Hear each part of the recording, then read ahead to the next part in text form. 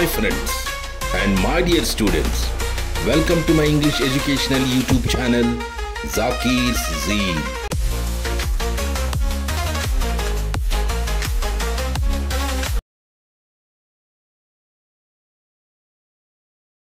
Please subscribe to my YouTube channel and press bell icon for the notification of new videos. Hi friends and dear students, in this video I would like to discuss 10th class NCERT English textbook lesson number 5, Glimpses of India. In this lesson we have 3 parts. The first part is A Baker from Goa, second part Coorg, and the third part is Tea from Assam. In this video I discuss the first part, A Baker from Goa by Lucio Rodriguez.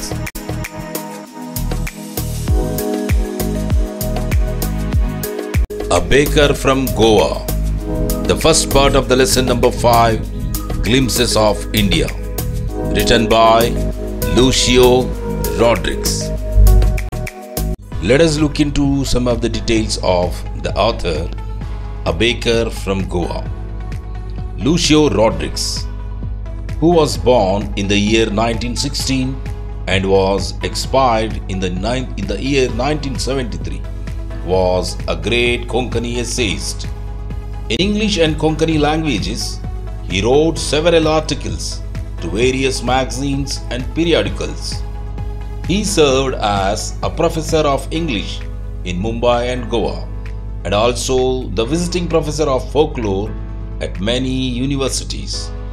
Posthumously, his essays were published under the title Konkani Folk Tales and Of Soil and Soul. The essential features of his writings are informal narration and subtle humor. These are some of the details that we could acquire. A Baker from Goa. This narrative story is a pen portrait of a traditional Goan village baker who still has an important place in his society. In this narration of story, A Baker from Goa, the author portrays the characteristics and importance of Goan village baker who still have an important place in rural society of Goa. A Baker from Goa అనే ఈ కథ గోవా గ్రామీణ సమాజంలో ఇప్పటికీ ఎంతో ప్రాముఖ్యత కలిగిన గోవా గ్రామీణ ప్రాంత సాంప్రదాయ బేకర్ యొక్క రచనాత్మక చిత్రీకరణ. ఇందులో రచయిత ఈ గోవా బేకర్ గురించి చాలా విషయాలు మనకు క్షుణ్ణంగా ఒక నేరేటివ్ పద్ధతిలో మనసుకు హత్తుకునే రీతిలో తెలియజేస్తారు.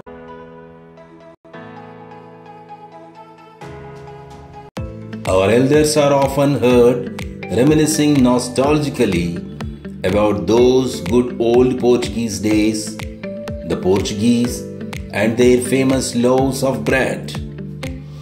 The author, while narrating the story about a Goan baker, said that their elders are often heard reminiscing nostalgically. That means thinking of the past very fondly about those good old Portuguese days, the Portuguese and their famous loaves of bread. ఇక్కడ రచయిత A Baker from Goa అనే కథనాన్ని వివరిస్తూ ఏం తెలియజేస్తున్నారంటే, వారి పెద్దలు తరచూ ఒక వ్యామోహపూరితంగా పాత జ్ఞాపకాలను నెమరేసుకుంటూ ఆ పోర్చుగీస్ కాలం నాటి పాత రోజుల గురించి, పోర్చుగీస్ వారి గురించి, వారి ప్రసిద్ధిగాంచిన బ్రెడ్ రొట్టెల గురించి గుర్తు చేసుకుంటూ ఉంటారట. Those eaters of loaves might have vanished, but makers are still there. ఆ బ్రెడ్ రొట్టెలను తినేవారు మాయమైపోయి ఉండవచ్చు, కానీ వాటిని తయారు చేసేవారు ఇంకా ఉన్నారని తెలియజేస్తున్నారు రచయిత. We still have amongst us the mixtures, the molders, and those who bake the loaves.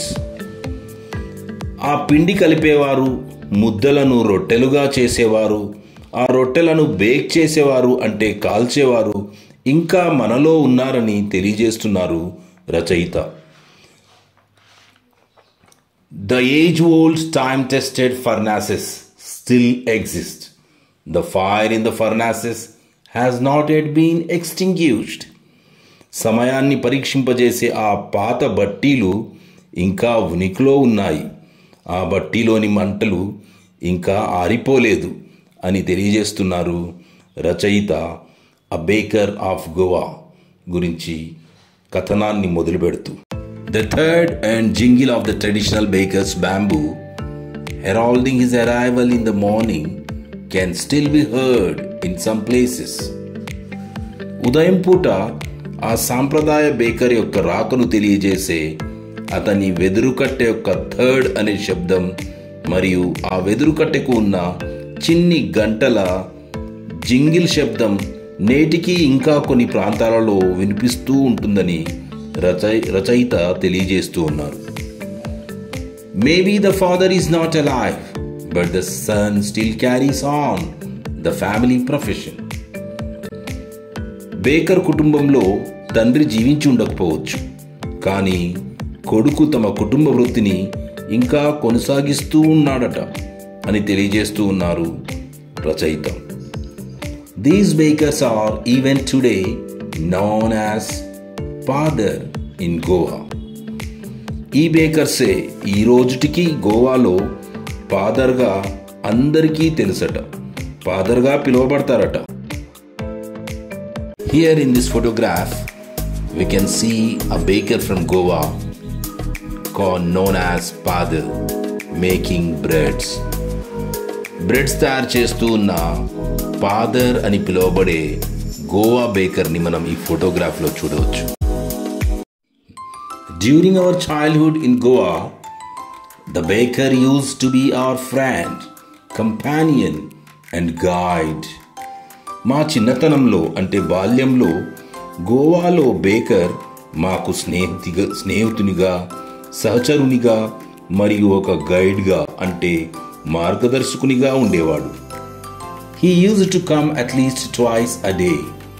Once when he set out in the morning on his selling around, and then again when he returned after emptying his huge basket. అతను రోజు కనీసం 2 మార్లు వచ్చేవాడు.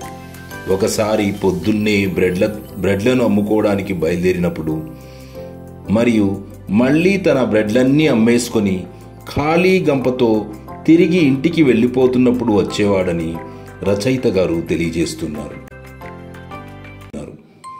The jingling thread of his bamboo woke us up from sleep, and we ran to meet and greet him. Why was it so? Was it for the love of loaf? Not at all. The loaves were bought by some Paskin or Bastin, the maid servant of the house. What we longed for were those bread bangles which we chose carefully. Sometimes it was sweet bread of special make.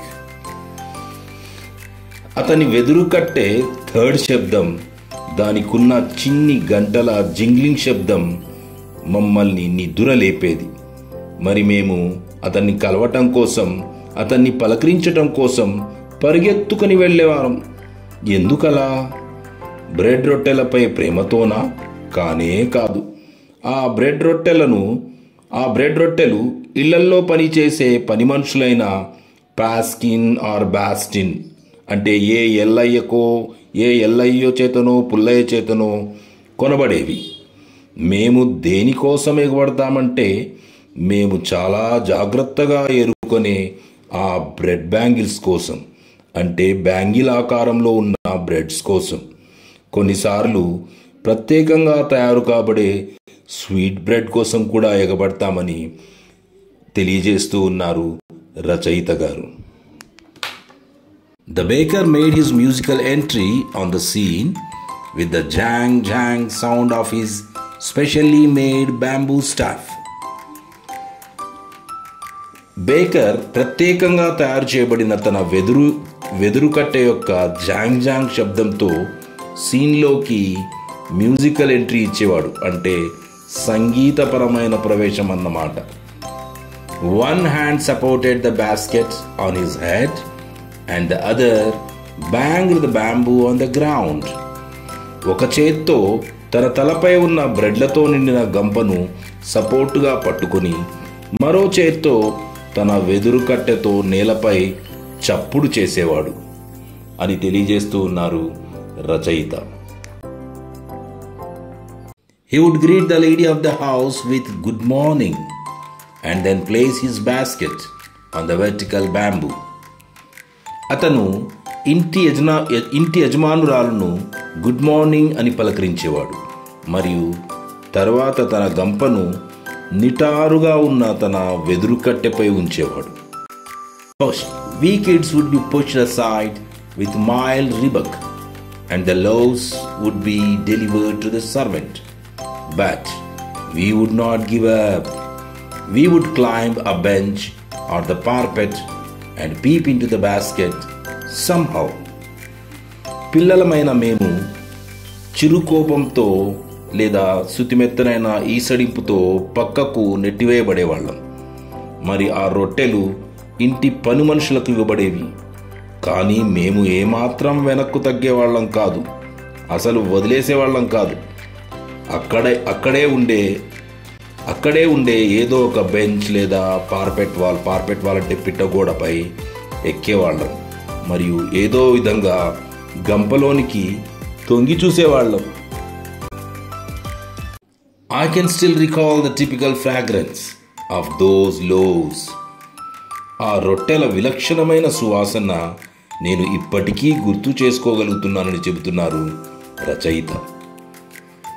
Loaves for the elders and the bangles for the children. Then we did not even care to brush our teeth or wash our mouths properly. And why should we? Who would take the trouble of plucking the mango leaf for the toothbrush? And why was it necessary at all? The tiger never brushed his teeth. Hot tea could wash and clean up everything so nicely after all.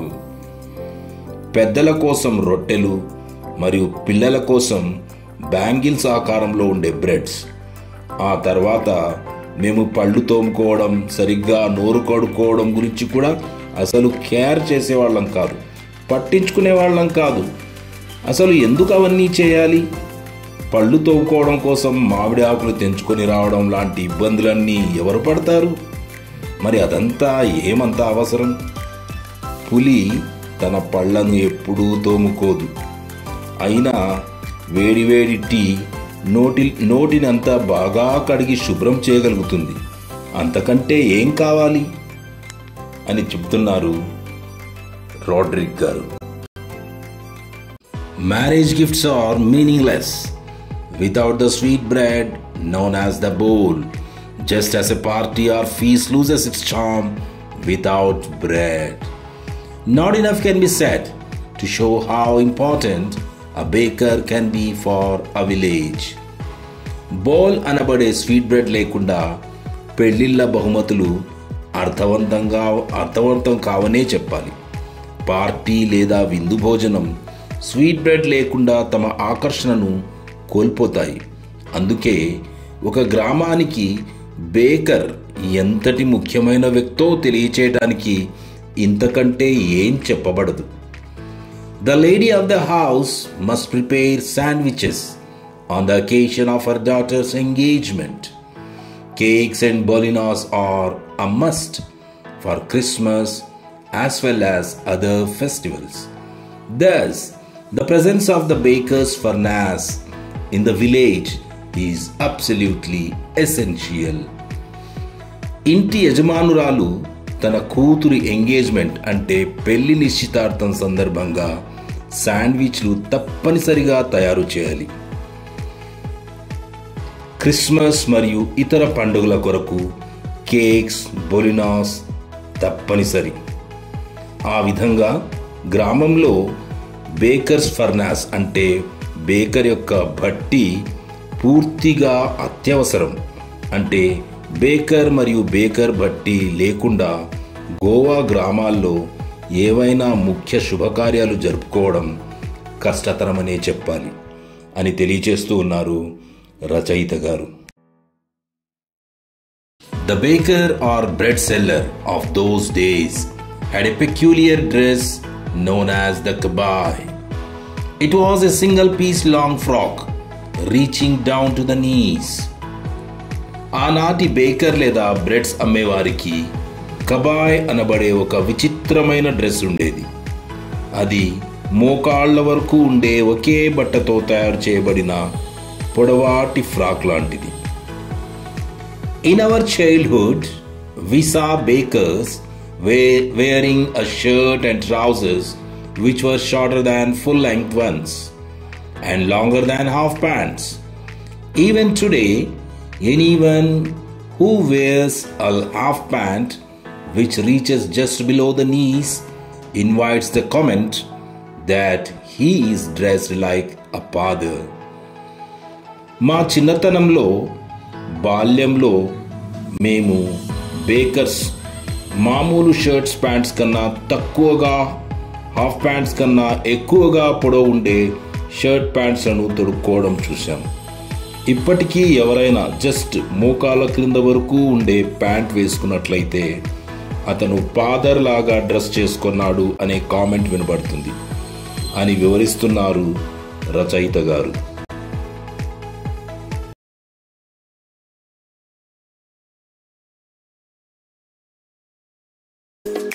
What is kabai?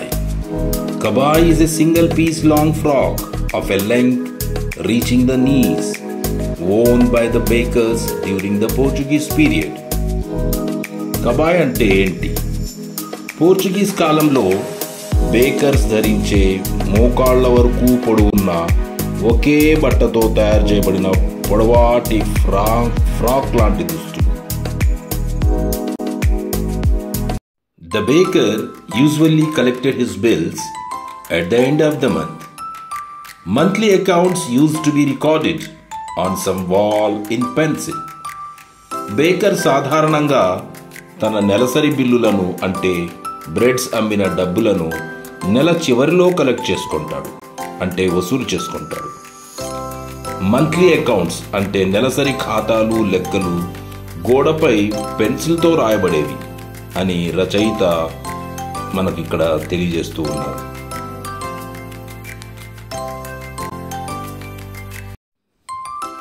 Baking was indeed a profitable profession in the old days. The baker and his family never starved. He, his family, and his servants always looked happy and prosperous. Their plump physique was an open testimony to this. Even today, any person with a jackfruit-like physical appearance is easily compared to a baker. పాత రోజుల్లో నిజానికి baking అన్నది ఒక లాభదాయకమైన వృత్తి. Baker మరియు అతని కుటుంబం ఎప్పటికీ పస్తులుండేవారు కాదు, అంటే ఆకలితో ఉండేవారు కాదు. అతను, అతని కుటుంబం మరియు అతని వద్ద పనిచేసే పనివారు లేదా సేవకులు ఎల్లప్పుడూ సంతోషంగా, సంపన్నంగా కనబడేవారు. పుష్టిగా, దిట్టంగా ఉండే వారి శరీరాకృతే దీనికి సాక్ష్యం. ఇప్పటికీ ఈ రోజుటికి కూడా ఎవరైనా వ్యక్తి పనసపండు ఆకారంతో దిట్టంగా కనబడితే అతన్ని సులభంగా ఒక బేకర్తో పోలుస్తారు అంటున్నారు ఈ రచయిత లూషియో రోడ్రిగ్స్ గారు. సో ఈ మాటతో ఈ కథనాన్ని ఇక్కడ ముగిచ్చేస్తున్నారు రచయిత లూషియో రోడ్రిగ్స్.